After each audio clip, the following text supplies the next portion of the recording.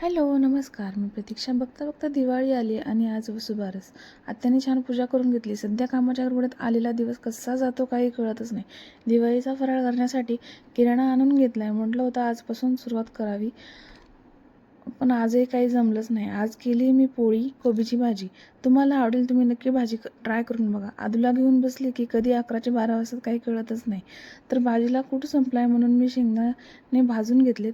पत्ताकोबीच्या भाजीसाठी मी इथे भाजी आणि 2 टमाटर कट करून घेतलेत. कढईत तेल, जिरे, मोहरी, कढीपत्ता आणि लसूण अद्रकची पेस्ट वाटून टाकली.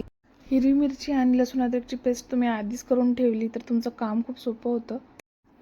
नंतर टमाटर व पत्ताकोबी टाकून चवीनुसार मीठ घालायचे व हळद 2 चमचे छोटे टाकायचे आणि परतून घ्यायचे व झाकण ठेवायचे. 10 मिनिटांनी भाजी शिजली का नाही बघायचे आणि लागलं तर थोडंसं पाणी घालायचे आणि नंतर सगळ्यात शेवटी भाजी झाली का बघायचं व शेंगदाण्याचा कूट थोडासा घालायचा आहे आणि गरम गरम पोळीसोबत तुम्ही भाजी खाऊ शकता. माझे ब्लॉग्स तुम्हाला बघायला आवडत असेल तर मला नक्की सबस्क्राईब करा बरं का. असंच सकाळचं काम मी आवरून घेतलं आणि संध्याकाळी मस्त जेवायला वरण भात भाजी पोळी केली होती. चला भेटूयात नेक्स्ट व्लॉगमध्ये. बाय.